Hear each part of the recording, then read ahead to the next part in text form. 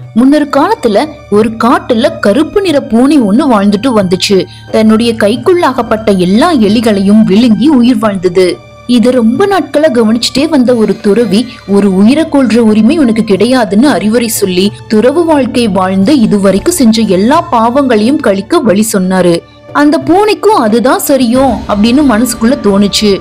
கங்கை கரை ஓரத்துல தனக்குன்னு ஒரு இருப்பிடத்தை அமைச்சுக்கிட்டு துறவு வாழ்க்கை வாழ ஆரம்பிச்சுது. அந்த காட்டிலேயே கிடைச்ச பழங்கள், கிழங்குகள், கொட்டைகளை எல்லாம் உண்டு உயிர் வாழ்ந்தது. ஆனா உண்மையிலேயே அந்த பூனை எல்லாவற்றின் மீதும் பற்றற்று இருந்துச்சான்னு கேட்டா அது சந்தேகம்தான். நாட்கள் ரொம்ப வேகமா உருண்டோடுது. அந்த காட்டுல இருந்த எல்லா விலங்குகளும் பறவைகளும் அந்த பூனையை முழுசா நம்ப ஆரம்பிச்சுட்டாங்க. அந்த பூனையோட புகழ் பட்டி தொட்டி எல்லாம் பரவுச்சு. அதே புகழ்தான் பூனையுடைய மனசுக்குள்ள ஆணவத்தையும் விதைச்சுது. வெளியே நடிச்சுக்கிட்டு உள்ளுக்குள்ள கெட்ட புத்தியோடைய சுத்தி திரிய ஆரம்பிச்சது அந்த பூனை.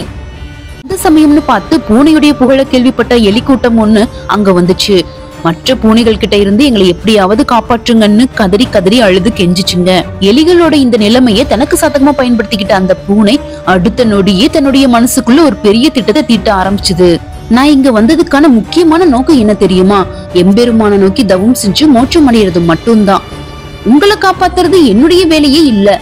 இருந்தாலும் உங்களை பார்க்கும்போது ரொம்ப பரிதாபமா தான் இருக்குது. சரி, பரவாயில்ல, உங்களை காப்பாத்தலாம்னு முடிவு செஞ்சுட்டேன். ஆனா அதற்கு முன்னாடி ஒரு நிபந்தனை இருக்குது. எனக்கு ரொம்ப வயசாயிடுச்சு.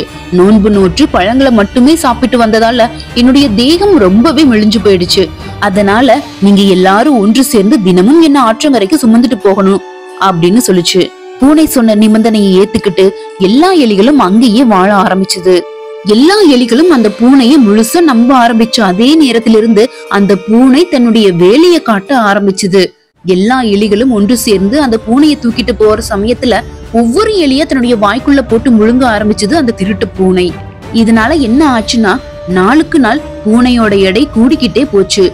அதே நேரத்துல எலிகளுடைய எண்ணிக்கை கொஞ்சம் கொஞ்சமா குறைய ஆரம்பிச்சது. அந்த எலி கூட்டத்துக்குள்ள டின்டிகான்னு சொல்லக்கூடிய ஒரு புத்திசாலியான எலி இருந்துச்சு. என்ன தப்பு நடக்குது, ஏன் எலிகளுடைய எண்ணிக்கை குறைஞ்சுக்கிட்டே போகுதுன்னு தெரிஞ்சுக்கிறதுக்காக ஒரு திட்டம் தீட்டுச்சு. அந்த திட்டத்தின்படி ஒரு நாள் எல்லா எலிகளையும் ஆற்றங்கரைக்கு போக சொல்லிட்டு தான் மட்டும் தனியா பூனையோட நடக்க ஆரம்பிச்சுது. எலிகளோட திட்டம் என்னன்னே தெரிஞ்சுக்காத அந்த திருட்டு பூனை அந்த டின்டிகாங்கிற எலிய தூக்கி வாயில போட்டு முழுங்கிடுச்சு. இந்த காட்சியே ஒளிஞ்சிருந்து பார்த்த எல்லா எலிகளுக்கும் பேரதிர்ச்சி. தப்பிச்சா போதுண்டா சாமின்னு ஆளுக்கு ஒரு திசையில ஓட ஆரம்பிச்சிருச்சு. எலிகளை சாப்பிட்டு ருசி கண்ட அந்த பூனைக்கு மறுபடியும் பழங்களையும் கிழங்குகளையும் சாப்பிட மனசே வரல. கொஞ்ச நாள் அப்படியே பட்டினி கிடந்து கடைசியில செத்தே போயிடுச்சு. தன்னோட உயிரை ஒரு பொருட்டா நினைக்காம தன்னுடைய கூட்டத்தையே காப்பாற்றிய டின்டிகாக்கு எல்லா எலிகளும் நன்றி சொல்லுச்சு. இந்த கதையில நீங்க பார்த்த திருட்டு பூனை மாதிரியே ஒரு கதாபாத்திரம் மகாபாரதத்துல இருக்கு. இந்த கதை கூட மகாபாரதத்துல சொல்லப்பட்டதுதான். உங்களுக்கு மகாபாரதம் தெரியுமா? அப்படின்னா இந்த கதாபாத்திரம் யாருன்னு மறக்காம கமெண்ட் பாக்ஸ்ல கமெண்ட் பண்ணுங்க. ஒருவேளை உங்களுக்கு தெரியலனா, தெரிஞ்சுக்க ஆசைப்பட்டா மகாபாரதம்னு கமெண்ட் பண்ணுங்க. நானே உங்களுக்கு பதில சொல்றேன். நன்றி.